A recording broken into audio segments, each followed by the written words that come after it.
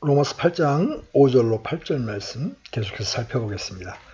육신을 따르는 자들은 육신의 일들을 생각하거니와 성령을 따르는 자들은 성령의 일들을 생각하나니 육신적으로 생각하는 것은 사망이요 영적으로 생각하는 것은 생명과 평안이니라. 육신적인 생각은 하나님의 법에 복종하지 아니할 뿐 아니라 참으로 그리할 수도 없으므로 하나님과 원수되는 것이니라. 그런즉 이와 같이 육신 안에 있는 자들은 하나님을 기쁘게 할 수 없느니라. 아멘. 우리는 계속해서 비그리스도인과 그리스도인 사이의 대조를 보여주는 이 진술을 살펴보고 있습니다. 그리스도인은 비그리스도인과 전적으로 다릅니다. 그리스도인은 단지 믿고 전에 있었던 자리에 계속 머물러 있는 사람이 아닙니다. 그는 완전히 변화된 사람이요 그의 전체 지위가 옮겨진 사람입니다. 그리스도인과 비그리스도인의 차이는 근본적이고 철저합니다. 하나님께서는 그리스도인으로 하여금 그리스도인이 아닌 사람과 전혀 달라야 할 어떤 일을 그리스도인에게 행하셨습니다. 그리스도인은 그리스도 안에 있습니다. 그는 새 생명을 가지고 있으며 또한 이 새 생명 속에서 그는 성령의 인도하심과 지배를 받습니다. 사도는 이 점을 근본적인 명제로 공포합니다. 그리스도 예수님 안에 있는 생명의 성령의 법이 죄와 사망의 법에서 나를 해방하였습니다. 우리는 이제 그리스도인을 적극적인 면에서 살펴보겠습니다. 우리는 이미 그리스도인에게 해당되는 첫 번째 요점이 성령의 일들을 생각한다는 것임을 알아보았습니다. 그러나 사도는 6절에서 그에 관한 또 다른 진리를 다루고 있습니다. 육신의 생각을 따르는 사람은 영적으로 죽은 상태에 있는 것입니다. 그러나 영의 생각을 따르고 그 생각에 의하여 지배를 받는 사람은 생명과 평안을 가지고 있습니다. 6절과 5절의 관계는 흥미있고 중요합니다. 두 절은 각각 서로 연결되어 있습니다. 왜냐하면 그 두 절은 일종의 상호관계를 가지고 있기 때문입니다. 사도가 본질적이고 우선적으로 말하고 있는 것은 그리스도인은 살아있기 때문에 성령의 일들을 생각한다는 것입니다. 다시 말해서 6절은 5절을 설명해 줍니다. 그러나 성령의 일을 생각하는 사람은 날마다 생명의 분량이 더해진다고 말하는 것도 역시 진리입니다. 우리가 그 문제의 다른 측면을 살펴보았을 때 우리는 비그리스도인은 영적으로 죽어 있기 때문에 육신의 일들을 생각한다고 말했습니다. 육신의 일들을 생각하는 것이 죽음에 이르게 한다는 것은 진리입니다. 그것은 상호간의 관계가 있습니다. 우리가 적극적인 측면을 살펴볼 때 그것은 정확히 같습니다. 사도가 제일 먼저 말하려고 하는 것은 영적으로 생각하는 것 또는 성령의 생각을 가지는 것이 생명이라는 것입니다. 그것은 우리가 영적 생명을 소유하고 있다는 사실을 증거합니다. 우리는 영적으로 죽어 있는 사람은 죽어 있기 때문에 영적인 일에 아무런 관심을 가지지 않음을 압니다. 여러분이 그런 사람에게 전도해 보십시오. 그리고 성경을 읽도록 해 보십시오. 그러나 그런 일이 그에게는 아무런 인상을 주지 못합니다. 어째서 그렇습니까? 그는 죽어 있기 때문입니다. 마치 그가 전적으로 존재하지 않는 것과 같습니다. 그는 진리를 자랑스럽게 생각하는 그리스도인과 같지 않습니다. 그 사람은 속에서 아무것도 보지 못합니다. 그것이 그를 감동시키거나 감화를 주거나 고무시키거나 즐겁게 하지 못합니다. 그는 그것에 대하여 죽었습니다. 그러나 그리스도인은 성령의 일들을 생각하며 그가 살아있고 생명이 언제나 약동하고 있다는 이 한 이유 때문에 그것들에 관심을 가집니다. 사도는 생명이 있다는 확증으로부터 시작하였습니다. 그러나 그는 그 확증이 생명의 결과요 산물임을 주의 깊게 보여주고자 하는 것입니다. 영적으로 생각하는 것이 생명입니다. 나는 5장 10절 이하로 이 진리가 5장, 6장, 7장 전체를 이해하는 진정한 열쇠가 된다는 생각을 해보았습니다. 그렇기 때문에 이 점을 밝히는데 매우 큰 관심을 가지고 있습니다. 제 생각은 4장 끝까지 사도 바울은 믿음으로 의롭다함을 받는다는 위대한 교리를 증거하고 상세하게 설명하고 있다는 것입니다. 그런 다음에 5장에서 그 결과들을 보여줌으로써 그 교리를 적용해 나가기 시작합니다. 즉각적으로 사도가 여기서 강조하는 점은 이 생명의 문제입니다. 다시 한번 그 문제를 5장 10절의 말씀에 비추어 깊이 생각해 보십시오. 이는 우리가 원수였을 때에 하나님의 아들의 죽음으로 말미암아 하나님과 화해하게 되었을진데 화해하게 된 자로서 더욱더 그분의 생명으로 말미암아 구원을 받을 것이기 때문이라. 이 말씀에서 우리는 사도가 그처럼 길게 설명하는 이 위대한 주제에 대한 첫 번째 언급을 대하게 됩니다.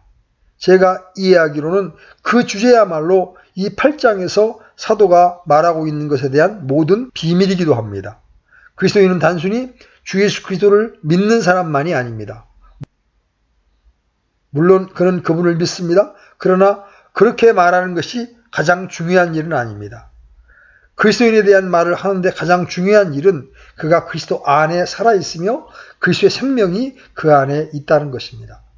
우리는 그리스도의 생명 안에 있습니다. 그것이 구원의 확신과 궁극적 확실성에 대한 기초가 됩니다. 제가 암시해왔던 바와 같이 바로 그 점이 이 8장의 중요한 주제입니다.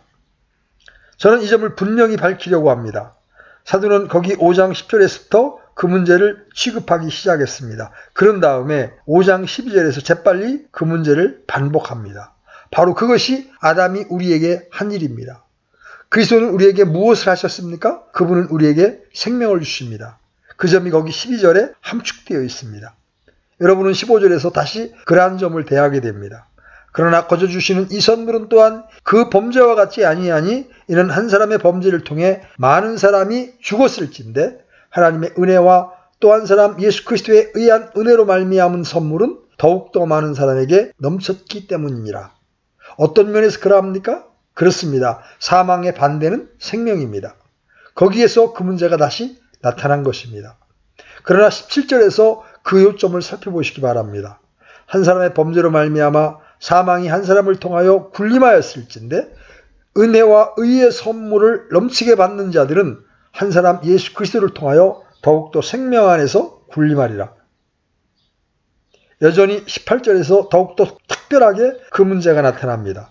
그러므로 한 사람의 범죄로 말미암아 심판이 모든 사람에게 임하여 정죄에 이른 것 같이 한 사람의 의로 말미암아 이 거저 주신 선물이 모든 사람에게 임하여 생명의 칭의에 이르렀나니 그분은 그 많은 사람들을 함께 데리고 갑니다.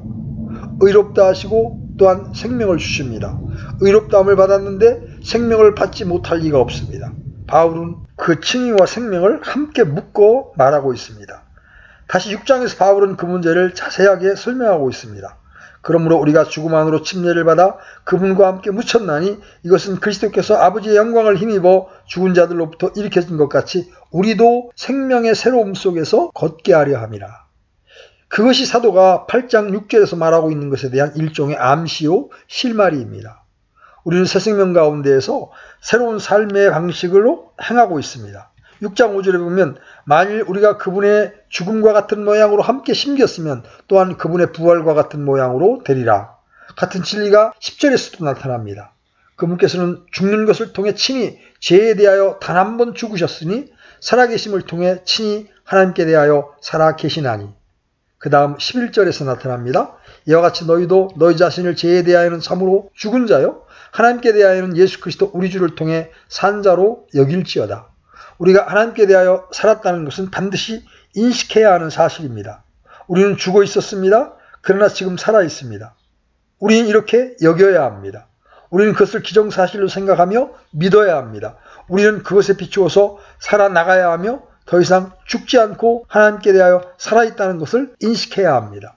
그러나 사도는 계속해서 말합니다. 그러나 이제는 너희가 죄로부터 해방되고 하나님께 종이 되어 거룩함에 이르는 너희의 열매를 얻었으니 그 끝은 영존하는 생명이니라. 죄의 싹은 사망이나 하나님의 선물은 예수 그리스도 우리 주를 통해 얻는 영원한 생명이니라. 우리는 우리가 죽을 때까지 영생을 기다릴 필요가 없습니다. 지금 그것을 소유하고 있는 것입니다. 만일 여러분이 그리스도인이라면 이미 예수 그리스도 우리 주로 말미암아 영생을 받은 것입니다. 7장은 생명에 대한 동일한 강조를 되풀이합니다. 4절을 봅시다. 그러므로 내 형제들아 너희도 그리스도의 몸으로 말미암아 율법에 대하여 죽게 되었나니 이것은 너희가 다른 분 곧 죽은 자들로부터 일으켜 주신 분과 결혼하게 하려 하며 또 우리가 하나님께 이르는 열매를 맺게 하려 함이라. 우리가 알아본 바와 같이 바울은 이 8장 2절에서 울려 퍼지는 진술 가운데에서 그 진리를 다시 말합니다. 이는 그리스도 예수님 안에 있는 생명의 성령의 법이 죄와 사망의 법에서 나를 해방시켰기 때문이라.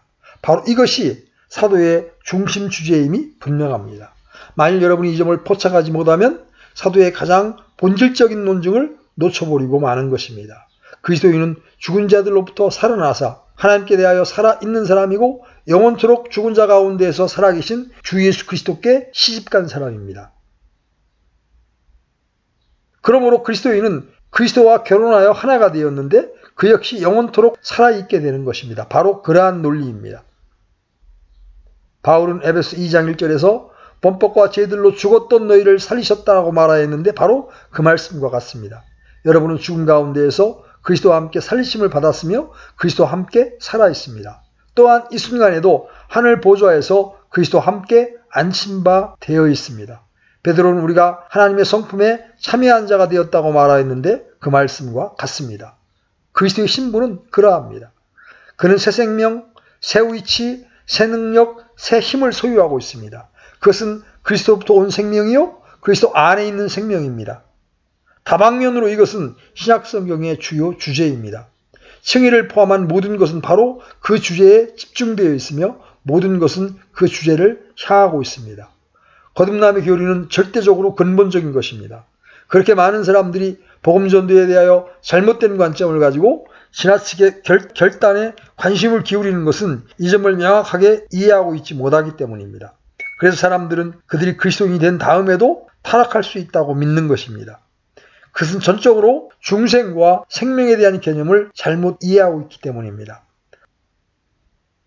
우리는 성령의 역사하심으로 거듭나며 하나님의 성품에 참여한 자가 됩니다. 우리 주님께서 다른 어떤 것보다 이 점을 매우 분명히 가르쳐 주셨습니다. 우리는 요한복음 처음 부분에서 그것을 발견하게 됩니다. 4장 14절에 있는 사마리아 여인에 관한 유명한 사건에서 그 점을 발견하게 됩니다.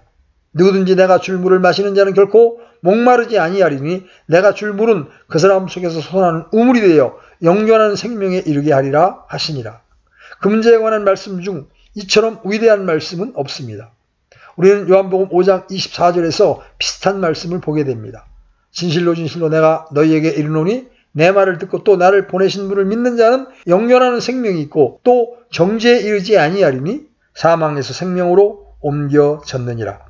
여기서 로마서 8장과는 순서가 바뀌어 적기는 하지만 같은 진리가 나타나는 것입니다. 그러므로 그리스도 예수님 안에 있는 자에게는 결코 정죄함이 없느니라. 그리스도 예수님 안에 있는 생명을 가지고 있기 때문입니다. 우리는 요한복음 5장에서 신자가 영생을 가지고 있다는 말씀을 듣습니다. 또한 그 결과로 그가 정죄에 이르지 아니할 것이라는 말씀을 보게 됩니다. 다시 요한복음 6장 35절을 보면 예수님께서 그들에게 이르시되 내가 곧 생명의 빵이니 내게 오는 자는 결코 줄이지 아니할 것이요 나를 믿는 자는 결코 목마르지 아니하리라는 말씀이 있습니다. 다시 50절에서 58절의 말씀을 보면 이것은 하늘로부터 내려오는 빵이므로 사람이 그것을 먹으면 죽지 아니하리라 등등의 말씀이 있습니다. 그러나 요한복음 10장 10절로 눈길을 돌려보십시오. 도둑이 오는 것은 다만 도둑질하고 죽이고 멸망시키려 함이거니와 내가 온 것은 양들이 생명을 얻게 하고 또 생명을 더욱 풍성히 얻게 하려 함이라고 했습니다. 이 말씀은 이 동일한 교훈에 관한 놀라운 말씀입니다. 그분이 오신 것은 단지 우리를 용서하시기 위한 것만이 아닙니다. 우리에게 생명을 주고 그 생명을 더욱 풍성케 하려는데 목적이 있습니다. 역시 요한복음 17장 초두의 몇 절에서 다음과 같은 이유 때문에 세상에 오셨다는 주님의 말씀을 듣게 됩니다. 아버지께서 그에게 모든 육체를 다스리는 권능을 주셨사오니 이것은 아버지께서 그에게 주신 모든 자들에게 그가 영원한 생명을 주게 하려 하심이니이다. 그 다음에 영생에 대한 정의가 나오죠. 영생은 이것이니 곧 그들이 유일하신 참 하나님인 아버지와 아버지께서 보내신 자 예수 그리스도를 아는 것이니다. 이것은 신약성경 어느 부분에서나 가르치고 있는 교리입니다. 사도는 고린도전서 15장 45절에서 그 점을 매우 놀라운 말씀 안에 요약하고 있습니다. 그러므로 기록된 바 첫사람 아담은 살아있는 혼이 되었더라 함과 같이 마지막 아담은 살려주는 영이 되셨느니라. 주 예수 그리스도는 우리를 살리셨고 우리에게 사도가 말하고 있는 이 생명을 주십니다. 그러나 우리가 이처럼 많은 부분에서 발견하는 생명이라는 말의 의미는 무엇입니까? 그것은 다시 우리 자신에게 적용시켜 보아야만 하는 매우 중요한 시금석입니다. 말하자면 그것은 8장 5절에서 우리가 숙고하고 있는 바에 대한 중대한 표가 된다는 것입니다. 사람이 그리스도인인 채 할 수 있습니다. 많은 그리스도인의 의무를 수행하고 그리스도인들이 하는 많은 일들을 행하는 것이 가능합니다. 참된 그리스도인과 사이비 그리스도인을 구별짓는 방식은 이 생명의 시금석을 적용시켜 보는 것입니다. 나는 그것이 어떻게 작용하는가를 설명하겠습니다. 신약성경의 가르침에 의하면 그리스도인은 더 이상 죽은 사람이 아니며 그는 아무리 못해도 더 이상 죽지 않는다는 것입니다. 그는 자기 속에 하나님께 대한 반응을 나타낼 능력이 있음을 압니다. 앞에서 우리는 영적인 일에 자기 마음을 고정시킬 때 그가 행하는 바에 대한 견지에서 그 문제를 살펴보았습니다. 우리는 지금 그것을 약간 다른 시각에서 살펴보고 있습니다. 유유상종이라는 말이 있습니다. 자석과 쇠붙이 사이에는 끄는 힘이 있습니다. 그는 더 이상 자기 앞에 이런 일들이 놓여질 때 침울해 있거나 둔하지 않습니다. 그리스도인이 아무리 나쁜 상태에 있고 저주받은 상태에 있다 할지라도 언제나 이 생명의 증거가 나타나게 됩니다. 베드로전서 2장 2절에 있는 진술을 상기시켜 보겠습니다. 새로 태어난 아기들로서 말씀의 순수한 젖을 사모하라. 이것은 너희가 그 젖으로 말미암아 성장하게 하려 함이라. 갓난아이가 젖을 사모하는 것은 갓난아이가 살아있기 때문입니다. 그 갓난아이가 아무리 어리다 할지라도 그것은 문제가 되지 않습니다. 그가 젖을 사모한다는 사실은 살아있다는 증거입니다. 이 점은 그리스도인에게 있어서 중대한 사실입니다. 거듭난 모든 사람들은 그것을 압니다. 비록 그가 그것을 분명히 맛볼 수는 없다 할지라도 그러합니다. 그것이 여러분 속에 있느냐 아니면 밖에 있느냐를 나타내는 차이점입니다. 많은 종교인들은 거듭나지 못했습니다. 그들의 종교는 그들 밖에 있습니다. 말하자면 그들은 그 신앙을 자기 가방에 넣고 다닙니다. 그리스도인은 그것이 자기 속에 있음을 압니다. 그것이 아무리 유약하다 할지라도 그 속에 생명이 있습니다. 그가 전에 의식하지 못했던 살아있음과 생명이 있는 것입니다. 물론 이것은 그가 하는 모든 일에 영향을 줍니다. 히브리서 기자는 우리에게 비그리스도인에 관한 슬픈 일 한 가지를 말하고 있는데 그런 사람은 그의 모든 노력을 쏟는다 할지라도 아무런 가치가 없다고 합니다. 왜냐하면 그들이 하는 일은 죽은 일들이기 때문입니다. 히브리서 기자는 9장 14절에서 이렇게 말하고 있습니다. 하물며 영원하신 성령을 통해 자신을 점없이 하나님께 드린 그리스도의 피는 죽은 행실로부터 너희 양심을 얼마나 더 많이 깨끗하게 하여 살아계신 하나님을 섬기게 하겠느냐. 죽은 행실. 그 행실은 세상의 기준으로 볼 때 매우 선할지도 모릅니다. 또한 종교적이고 도덕적일지도 모릅니다. 그러나 그러한 행실은 죽어 있습니다. 그 행실 속에는 아무런 생명도 없습니다. 또한 그 행실은 다른 사람에게 생명을 불어넣지 못합니다. 그러나 그 사람이 그리스도인이 되는 순간 그가 행하는 모든 것 속에는 생명이 있게 됩니다. 아무리 그가 가련한 행실을 한다 할지라도 이 생명의 성질만은 가지고 있습니다. 이것은 거의 완벽하게 만들어진 것과 자연적으로 살아있는 것 사이에 있는 차이와 같은 것입니다. 실제로 조화는 살아있는 꽃보다 훨씬 더 아름답게 보일 수 있습니다. 그러나 조화는 죽어 있으며 생명이 없으며 변화가 없습니다. 생화는 버무리째 시들어버릴 수 있습니다. 그러나 물을 주고 자양분을 주면 그 꽃은 고개를 쳐들고 활짝 피어 그 영광과 아름다움을 다시 나타내게 됩니다. 조화와 생화는 죽은 행실과 살아있는 행실 차이를 예증해 줍니다. 우리가 그 점을 지적할 수 있는 또 다른 방식은 그리스도인의 활동들은 결코 가식이 없으며 덧붙이는 것이 없다는 것입니다. 또 다른 예정을 들어보겠습니다. 그리스도인과 비그리스도인의 차이는 선물을 매달아 놓는 크리스마스 트리와 열매가 열린 살아있는 나무 사이의 차이점입니다. 사람들은 크리스마스 트리를 선물로 장식해야 합니다. 그 나무는 어떤 것을 생산하지 않고 산출할 수도 없습니다. 그러나 자라나는 나무는 열매를 맺습니다.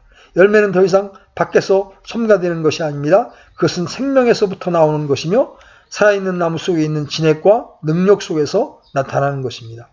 또 다른 면을 보자면 그리스도는 단순히 의무감에서 하는 일이 아니라는 겁니다. 그것은 자기가 느끼는 것에 대한 자발적인 표현입니다. 이 점이 자신을 그리스도인처럼 만들려고 하는 사람과 그리스도인인 사람 사이의 결정적인 차이점입니다. 그리스도인이 아닌 사람도 교회에 나가는 것이 옳다고 느낍니다. 성경을 읽고 기도하는 것이 옳다고 생각하는 것입니다. 그것은 의무감이요 억지로 그 일을 해내는 것입니다. 그러나 사람이 영적으로 살아있게 될 때 그는 젖을 사모하는 어린아이의 자발성이 있게 되고 마치 보채는 어린아이와 같고 그것을 원하기 때문에 손을 내미는 어린아이와 같게 됩니다. 우리 주님은 마태복음 7장 15절에 기록된 산상설교에서 같은 문제를 다루고 있습니다. 거짓 대언자들을 조심하라. 그들은 양의 옷을 입고 너희에게 나아오나 속은 약탈하는 일이니라. 여러분, 이 사람들을 보고 양이다 라고 말할 것입니다. 그들은 어떤 면에 있어서 양처럼 보입니다. 그러나 속에는 노략질하는 일이입니다. 다시 너희가 그들의 열매로 그들을 알리니 사람들이 가시나무에서 포도를 또는 엉겅퀴에서 무화과를 거두겠느냐. 이와같이 좋은 나무마다 좋은 열매를 맺고 변질된 나무는 나쁜 열매를 맺나니 좋은 나무가 나쁜 열매를 맺지 못하고 또 변질된 나무가 좋은 열매를 맺지 못하느니라. 좋은 열매를 맺지 아니하는 나무마다 찍혀 불 속에 던져지나니 그러므로 너희가 그들의 열매로 그들을 알리라. 우리 주님의 말씀은 속에 있는 것은 반드시 드러난다는 것입니다. 만일 그 속에 생명이 없으면 아무것도 나타나지 않습니다. 그것은 가식이요 기만이요 갖다 붙인 것입니다. 그것은 언제나 생명을 가리키는 진실성이 결핍되어 있습니다. 우리 주님께서 분명히 그 점에 대해 많은 관심을 가지고 계셨습니다. 그는 마태복음 12장 33절에서 비슷한 것을 말씀하고 계십니다. 나무도 좋게 하고 그것의 열매도 좋게 하든지 나무도 썩게 하고 그것의 열매도 썩게 하든지 하라. 나무는 그것의 열매로 아느니라. 다시 오 독사의 세대야 너희가 악하니 어찌 선한 것들을 말할 수 있겠느냐. 입은 마음에 가득한 것을 말하느니라. 그 모든 것은 속에서 나옵니다. 그것은 마음에서 나오는 것입니다. 선한 사람은 마음의 선한 보고에서 선한 것들을 내고 악한 사람은 악한 보고에서 악한 것들을 내느니라. 그리스도인의 특징은 그가 행하는 모든 것이 이런 방식으로 마음에서 우러 나온다는 것입니다. 사마리아 여인에게 말씀하신 주님의 말씀을 살펴보면 그것은 마치 샘과 같습니다. 그리스도인의 생명은 샘에 비유할 수 있습니다. 그저 하나의 도랑이나 물통에 비유되는 것이 아닙니다. 물통이 있는데 그 물통 속에 물이 가득 채워져 있는 것처럼 보입니다. 퍼내어도 그 물은 여전히 가득 차 있습니다. 그것은 물이 그 안으로 흘러 들어가기 때문입니다. 그것은 보충시켜주기 때문입니다. 그러나 만일 흘러들어간 일이 중단되면 물통은 비게 됩니다. 물통과 아무도 막을 수 없고 발견해낼 수 없는 깊은 곳에서 솟아나는 한 샘을 비교해 볼 때 얼마나 차이가 납니까? 그 속에는 내적인 힘이 있습니다. 그리고 그 속에 작용하는 어떤 힘이 있는 것입니다. 그래서 1년 내내 그 샘은 물을 솟구쳐내는 것입니다. 물을 계속 퍼내어도 여전히 같은 수준을 이루게 합니다. 계속해서 흘러 넘쳐납니다. 물통에 물이 떨어져 끊어질 때에도 샘은 계속 흘러 나오는 것입니다. 사도는 우리 주님이 하셨던 방식 그대로 이 자발성의 요소를 강조하고 있습니다. 또한 거기에는 따스함의 요소가 있습니다. 여러분은 순전한 그리스도인과 그리스도인의 방식을 취하고 있다고 해서 애써 자신을 설득하려는 사람과의 차이를 말할 수 있습니다. 이 모든 태도와 행동하는 방식에 어떤 차이를 발견하지 못합니까? 그리스도인에게 있어서는 자발성과 따스함, 움직임과 그 행하는 모든 것에 따뜻한 심정이 담겨 있습니다. 참된 그리스도인의 기도를 특징 짓는 자발적인 따스함과 기계적인 기도 사이의 차이점이 얼마나 큽니까? 바로 그것이 이 생명이라는 말이 의도하는 것의 일부입니다. 생명의 정도가 아무리 작다 할지라도 그것이 존재하기만 하면 그 생명은 드러납니다. 그것이 없으면 그리스도인일 수 없습니다. 영적으로 생각하는 것은 생명입니다. 생명이 거기에 있습니다. 그리고 생명이 있기 때문에 그리스도인들은 영의 일들을 생각하는 것입니다. 그가 영의 일들을 계속 생각함으로 그 생명이 갈수록 자랍니다. 그는 갓난아기였습니다. 그리고 어린아이가 됩니다. 계속해서 성숙하고 발전하게 됩니다. 그리스도인은 고정된 상태에 머무르지 않습니다. 그리스도인의 삶에 있어서는 여러 단계가 있습니다. 그것은 점점 성장하는 것입니다. 우리는 은혜 안에서 자라며 주를 아는 지식에 있어서 자라납니다. 생명은 결코 고정적인 것이 아니기 때문에 필연적인 발전의 요소가 있기 마련입니다. 이 진리는 역시 낙심자라고 불리우는 사람의 위치를 이해하는데 도움을 준다는 점에서 중요합니다. 낙심한 자는 죽어 있지 않습니다. 그는 여전히 살아 있습니다. 그는 하나님의 자녀로 나쁘게 행동하고 있습니다. 그러나 아직도 하나님의 자녀입니다. 사람이 그리스도인지 아닌지에 대한 결정은 그가 행하는 일로 내릴 수 없습니다. 낙심자는 그가 하지 않아야 할 일을 합니다. 표면상으로 그는 그리스도를 전혀 믿지 않는 선하고 도덕적인 사람들보다 훨씬 악해 보일 수 있습니다. 그러나 바로 그 점이 겉으로 나타난 것으로 판단하는 것이 잘못된 것임을 보여줍니다. 낙심자가 아무리 심각하게 죄를 짓고 있다 할지라도 그는 하나님의 자녀요 생명의 씨앗을 그 안에 갖고 있습니다. 어떻게 그것을 알 수 있습니까? 최종적인 증거로 낙심자는 언제나 되돌아오며 필연적으로 경건한 회개를 하게 된다는 것입니다. 그는 죄를 지으면서 비참해하고 있었습니다. 그는 전적으로 세상의 방식을 따라갈 수 없습니다. 그가 행하는 모든 것들이 정죄함 속에서 행해집니다. 그는 그 속에서 비참해집니다. 그는 스스로 그것을 누리고 있다고 마음먹으려고 애를 씁니다. 그러나 계속해서 그는 정죄함을 느껴왔습니다. 그는 자기가 하나의 범법자라는 것을 느끼고 그가 새로운 자기 본성과는 정반대되게 행동하고 있다는 사실을 압니다. 그렇기 때문에 그는 다른 사람은 누구도 그런 생활을 알 수 없는 깊은 고통을 경험하는 것입니다. 그러나 그 모든 것은 그가 생명을 가지고 있기 때문입니다. 그 생명이 감추어진 채 고개를 숙이고 있는 것입니다. 여러분이 그것에 대해서 말하는 것은 생명이 존재한다는 것입니다. 생명이 있기 때문에 그 생명은 스스로 증거하게 되고 자신을 재주장하게 되는 것입니다. 생명은 언제나 그러해야 하고 그러합니다. 그러나 생명에 관한 보다 적극적인 국면에 접어들어서 성령의 생각을 가지고 있는 사람, 이 생명을 가지고 있는 사람은 호라티우스 보나의 찬송가와 같이 말할 수 있습니다. 주 예수 말씀 들으니 곧 내게 오너라. 너 고난 사람 내 품에 곧 편히 쉬어라. 고나고 슬픈 이 사람 주 앞에 나오니 곧 쉬는 곳이 되었고 참 기쁨 많도다. 주 예수 말씀 들으니 목마른 자들아 값없이 주는 생명수 마시고 살아라. 그 물을 먹기 위하여 주 앞에 나오니 목마름 다시 없었고 참 영생이로다. 여러분이 이 생명을 가지고 있으면 반드시 그것을 알게 되어 있습니다. 여러분이 어떤 난제들과 의심을 가질 수도 있습니다. 그러나 이 생명이 여러분 속에 있으면 차이가 있다는 것을 알게 될 것이고 여러분 자신의 사람됨에도 불구하고 여러분 자신의 한 능력과 존재가 있음을 알게 될 것입니다. 여러분이 무슨 일을 할지라도 그 생명을 떼내어 버릴 수 없습니다.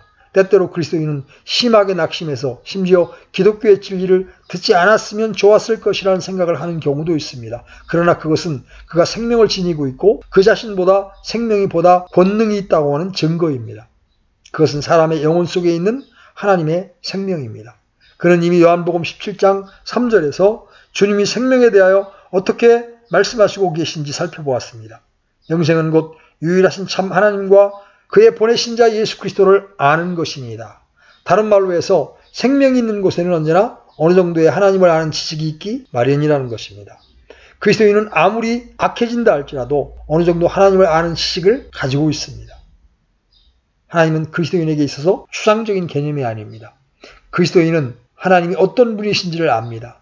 그는 자기 속에 이러한 하나님의 의식을 가지고 있으며 아무리 희미하고 뚜렷하지 못하다 할지라도 자기가 하나님과의 교제를 하고 있다는 사실을 인식하고 있다는 것입니다.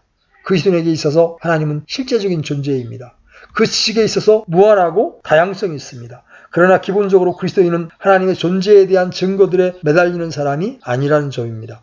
그는 하나님이 존재함을 알 뿐 아니라 하나님을 압니다. 그는 더 큰 지식을 갈망하며 더 깊은 지식에 목말라 합니다. 그러나 그가 그 점을 정확한 용어로 표현할 수는 없고 자주 그것을 설명하고 나타낼 수는 없다 할지라도 그는 자기가 하나님께 속해 있으며 자기가 어떤 일이 일어날지라도 하나님의 장중에 붙잡혀 있으며 내가 확신하노니 사망이나 생명이나 선사들이나 정사들이나 권능들이나 현재 있는 것들이나 장래에 있을 것들이나 높음이나 깊음이나 다른 어떤 창조물이라도 능히 우리를 그리스도 예수 우리 주 안에 있는 하나님의 사랑에서 떼어놓지 못하리라는 사실을 알고 있습니다. 영의 생각을 가진다는 것은 생명을 가지는 것입니다. 성경을 읽을 때 이 위대한 주제를 살펴보며 묵상하며 온 힘을 집중시키십시오. 그것이 궁극적으로 그리스도인의 생명에 있어 가장 높고 가장 영광스러운 국면입니다. 내가 온 것은 양들이 생명을 얻게 하고 또 생명을 더욱 풍성히 얻게 하려 함이라. 우리가 이 생명을 얻었으며 이 생명을 누리고 있습니까? 우리는 죽은 자 가운데에서 살아났으며 하나님께 대하여 살아있음을 알고 있습니까? 또한 하나님을 향하여 줄이고 목마르며 사모합니까? 영의 일들을 생각하는 것에 대한 확증을 가지고 있습니까? 그 확증은 생명이 있음을 암시하는 것들입니다. 또한 우리가 그리스도 예수님 안에 하나님께 대하여 살아있음을 나타냅니다. 우리의 거룩한 생명이 기계적인 노력입니까? 아니면 우리 속에 있는 우리를 사로잡고 다스리는 무엇입니까? 바로 그 점이 우리가 그 문제를 어떻게 생각해야 하는가를 나타내 주는 것입니다. 그리스도인이 되려고 노력하는 사람은 어떠한 것을 붙잡으려고 노력하고 있습니다. 그리스도인이 된 사람은 자기가 어떤 것에 대하여 붙잡혀 있다고 느낍니다. 그 어떤 것이 그에게 주입되었습니다. 그리고 거기에 존재하고 있습니다. 그것은 그 사람 됨됨이에도 불구하고 있는 것처럼 보일 수 있습니다. 그러나 그것은 존재합니다. 문제는 그가 무엇이 되었느냐, 그 속에 이 생명을, 이 능력을 인식하느냐 하는 것입니다. 다른 말로 하면 자기 속에 있는 생명을 알고 있느냐 하는 것입니다. 성령의 생각을 가진다고 하는 것은 생명을 가지고 있다는 것이고, 그 생명이 참으로 존재하며 더욱더 풍성한 생명을 가지고 있다는 것입니다. 우리는 하나님의 성품에 참여한 자들입니다. 또한 영생을 소유하고 있습니다. 이런 의미에서 우리는 하나님 생명을 나누어 받은 자들입니다. 영원토록 우리는 그것을 마시고 그것에 의하여 살아갈 것입니다. 심지어 우리 주님께서 말씀하신 바와 같이 이 세상에서도 그분을 힘입고 살아가고 있어야 되는 것입니다. 주님은 말씀하셨습니다. 살아계신 아버지께서 나를 보내심에 내가 아버지로 말미암아 사는 것 같이 나를 먹는 그 사람도 나로 말미암아 살리라. 또한 진실로 진실로 내가 너희에게 이르노니 너희가 사람의 아들의 살을 먹지 아니하고 그의 피를 마시지 아니하면 너희 속에 생명이 없느니라. 유대인들이 어리석게 생각하였듯이 기계적이고 물리적인 의미에서 먹는 것이 아니고 영적으로 먹고 마시는 것입니다. 그리스도는 우리의 생명이요 생명의 빵이십니다. 우리는 그분을 먹고 살아갑니다. 세상이나 세상의 것들을 힘입어 살지 않고 세상에 향하는 것과 세상이 공급하는 것을 가지고 살아가는 것이 아닙니다. 우리는 그리스도를 힘입고 살아가고 있으며 그리스도는 우리의 생명의 원천이십니다. 우리는 그분을 힘입어 살아가며 우리는 그분의 생명을 나누어 받은 자들이요 동참자들입니다. 영적으로 생각하는 것은 생명이니라. 우리에게 생명을 주신 하나님께 감사를 드립니다. 아멘.